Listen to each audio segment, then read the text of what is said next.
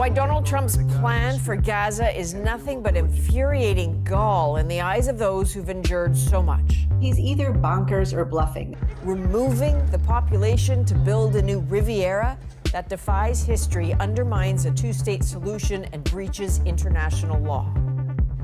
Now, the president paints it as a humanitarian gesture, but as Ella Morrow shows us, the plan ignores Palestinians' deep sense of belonging to the land. The U.S. will take over the Gaza Strip, and we will do a job with it, too. The Riviera of the Middle East. This could be so magnificent. U.S. President Donald Trump's plan for Gaza, calling for Palestinians to leave, dismisses both decades of the enclave's history and the reality on the ground today. A place where, no matter how destroyed, many Palestinians have no desire to live anywhere else. Trump can dream on if he thinks he can displace or expel us, this woman says. Here's some of why Trump's vision for Gaza is drawing so much shock and condemnation.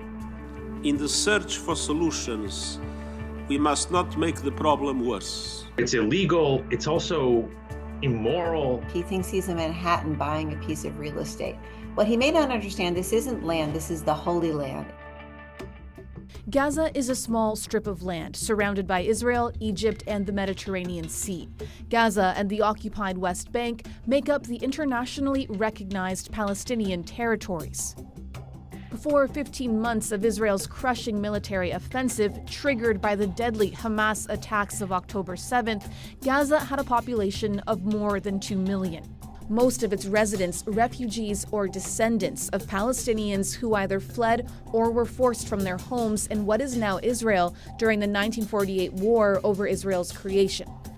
The president's words a deeply painful reminder of that history of displacement, raising the specter it could happen again. We have been fighting displacement for over 76 years, says this man. This is our land. My father and grandfather were from here, this man says. We've got only one option, live or die here.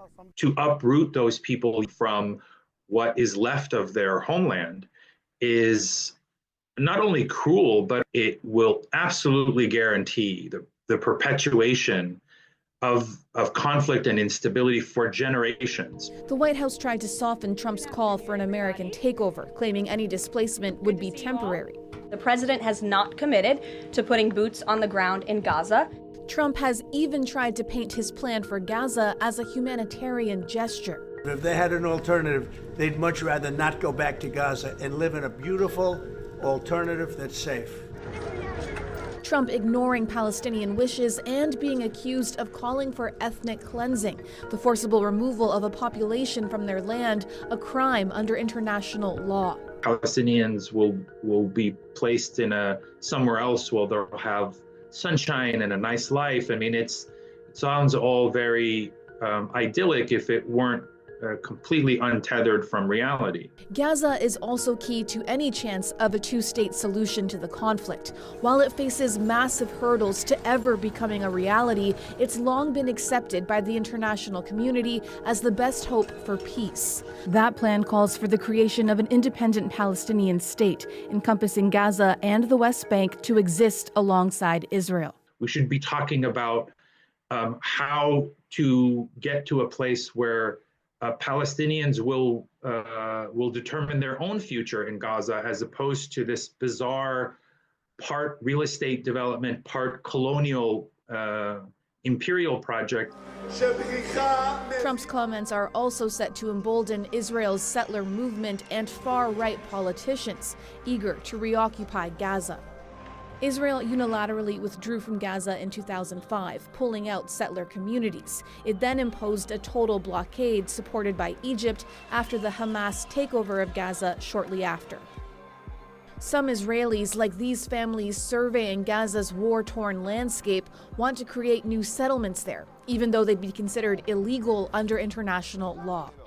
To most of the world, it sounded like fingernails on a chalkboard, but to Netanyahu's right-wing coalition members, this was Beethoven's Ode to Joy. And it should not go through. Trump's proposal has been slammed both as absurd and unworkable, but coming from the most powerful leader on the planet, his words could have deep consequences on a shaky ceasefire now and hopes for stability later. the Arab states in particular are not going to be full of confidence in the Trump administration and their ability to even to understand the basic elements of the problem. Base case scenario, this is an icebreaker. Yes, he used a sledgehammer. He shocked us all, but perhaps we can get the conversation going. He's either bonkers or bluffing. So Ellen reminds us that Trump was also asked about his views on the West Bank. Would his government recognize Israeli sovereignty over that occupied land? Well, such a decision would put him at odds with most countries. Donald Trump said he will make an announcement in 4 weeks.